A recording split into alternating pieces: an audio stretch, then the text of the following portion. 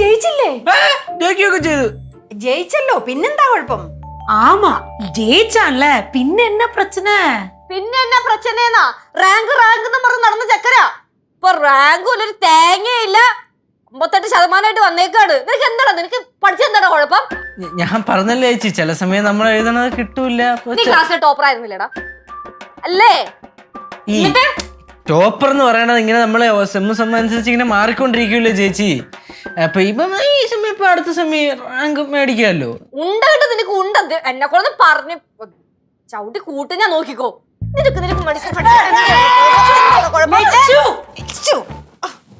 வேண்டாம் லெச்சு, விட்டுடு லெச்சு.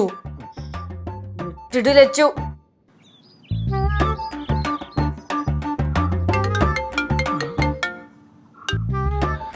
എടാ പറയടാ ജീനു, എന്ത്?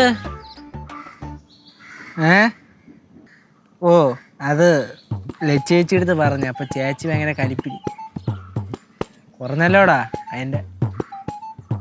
നീ വിളിച്ചതിന്റെ കാര്യം പറഞ്ഞു, അതൊക്കെ വിടും. പടത്തിന് പോവാനാ? സെക്കൻഡ് ചോദിക്ക ഇന്നാ? എടേ ഇന്നത്തെ ഈ അവസ്ഥക്ക് ഞാൻ ഇനി വീട്ടിൽ ചോദിച്ചിട്ട് വരാന്ന് പറയാൻ നടക്കണ കേസൊന്നുമല്ല അത്. നോക്കി വെക്കല്ലേ?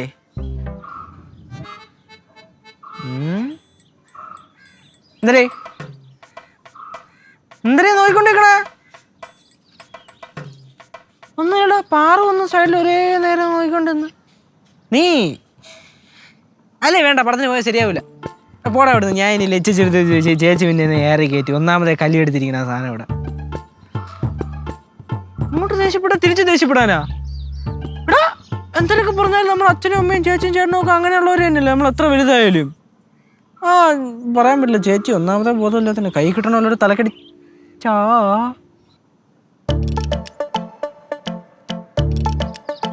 ആടാ ഞാൻ വിളിക്കാം. എന്താ ചേച്ചി?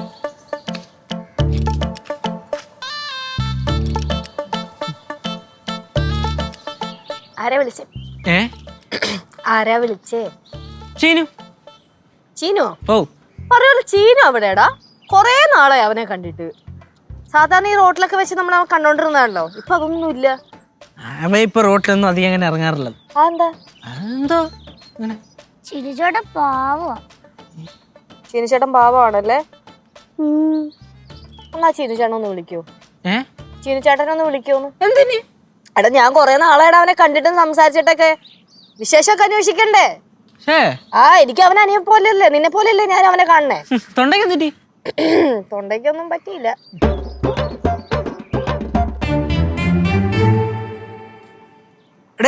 ജീനു അവിടെ ലച്ചേച്ചി നിന്റെ അടുത്ത് എന്തോ സംസാരിക്കണ്ടെന്ന്. നിന്നെ കണ്ടിട്ട് കൊറേ നാളായി. അപ്പൊ അങ്ങനെ കൈ നിണ്ടിരിക്കുന്നു, ഞാൻ കൊടുക്കാം. എവിടെയാടാ നീ? എന്താണ് ഇപ്പൊ ഇങ്ങോട്ടൊന്നും വരാത്ത? എത്ര നാളായി കണ്ടിട്ട്. സുഖാണോ? പരീക്ഷയ്ക്ക് മാർക്കൊക്കെ എത്രയുണ്ട്? എന്ത്? എടാ എടാ എടാ നീയോ പഠിക്കൂല്ല. നീ എന്തിനാണ് ഈ പഠിക്കുന്ന പിള്ളേരെ കൂടെ ചീത്തയാക്കണേ? അവന്റെ സിനിമയ്ക്ക് ഇവിടെ ഒരുത്ത തോറ്റ് തൊപ്പിട്ട് വന്നിരിക്കുക. അപ്പോഴാണ് അവന് സെക്കൻഡ് ഷോ കാണാൻ പോണ്ടത്. മര്യാദക്ക് നിർത്തിക്കോട്ടെ ഈ കറക്കാൻ മുക്കലൊക്കെ. എന്ത് എന്ത് ലച്ചു ചേച്ചിന്ന്? ചെറുക്ക, ഞാൻ ഇപ്പോഴേ കാര്യം പറയേക്കാം. രണ്ടുപേരും മര്യാദക്ക് പഠിച്ചോളണം. ഇവിടെ ഒരുത്തന്റെ മാർക്ക് നീ കേട്ടായിരുന്നു, 58%. ഇവിടെ ടോപ്പ് പഠിച്ചോണ്ടിരുന്ന ചെറുക്കനായിരുന്നു. നിന്റെയൊക്കെ കൂടെ കൂടി കൂടി കൂടി അത് നശിച്ച് വെച്ചിട്ട് പോയി.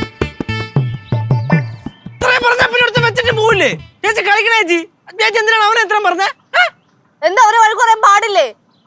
പഠിക്കേണ്ട സമയത്ത് ഇത് പഠിക്കണോടാ, അല്ലാതെ നിന്നെ വിളിച്ചോണ്ട് സെക്കൻഡ് ഷോയ്ക്കല്ല കാണാൻ പോണ്ടത്. നിന്നെ വേണം അടിക്കാൻ കേട്ടോ. ഇവിടെ കേൾക്കണ പറയണം. അത് കഴിഞ്ഞ് ഞാൻ പറഞ്ഞ നീ കേട്ടാ കേട്ടേ? ശരി, സമ്മതിച്ച്. മാർക്ക് കുറഞ്ഞത് എന്റെ ഭാഗത്ത് തെറ്റി തന്നെ എന്ന് പറഞ്ഞോണ്ട് അത് നാട്ടിലുള്ള പിള്ളേരെ മൊത്തം വിളിച്ചാണോ വാക്ക് പറയണ്ടേ? നാട്ടിലുള്ള പിള്ളേരെ ഒന്നും വിളിച്ച് ഞാൻ ചീത്ത പറഞ്ഞില്ല. ഞാൻ ചീനുവിനെ മാത്രമേ വിളിച്ചു പറഞ്ഞോളൂ. അത് അവന്റെ കൈരിപ്പിന്റെ കൊണ്ടാ. അവന്റെ എന്തൊരു കൈരിപ്പെന്ന്? ഇന്നാള് പോലീസ് സ്റ്റേഷനിൽ കയറി ഇറങ്ങി ലൈസൻസ് ഇല്ലാതെ വണ്ടി ഓടിച്ചേന്. പോലീസാ? ആന്റി, ഞാൻ ലൈസൻസ് ഇല്ല, അവന്റെ വണ്ടി എടുത്ത് ഓടിച്ചതിന് അവനാണ് പോലീസ് സ്റ്റേഷനിൽ കയറിയത്. എടാ എല്ലാത്തിനും കൂടെ കൂടിയിട്ടാടാ ഞാൻ അവനൊരു ഡോസ് കൊടുത്തേ. എന്ത് കാര്യത്തിന്? പറയല്ല ഞാൻ. നീ ഒന്നും പറയണ്ട, നീ ഞാൻ പറയാം, കേട്ടാ മതി. മര്യാദക്ക് വീടിന്റെ അകത്തിരുന്നോളണം, എന്നിട്ട് ഇരുന്ന് പഠിച്ചോളണം. പുറത്തോട്ട് എങ്ങാനും ഇറങ്ങിയാൽ മുട്ടാലി ഞാൻ തല്ലി ഓടിക്കും. പിന്നെ ഫോണിലും കൂടെ കുത്തിക്കൊണ്ടിരിക്കുന്ന പരിപാടി ഉണ്ടല്ലോ, അതും അങ്ങ് നിർത്തിക്കോ. വൈകിട്ടേ ഒരു ഈവനിങ് ടീ ഈവനിങ് ടീ നിനക്ക് വീട്ടിലിട്ട് തരും.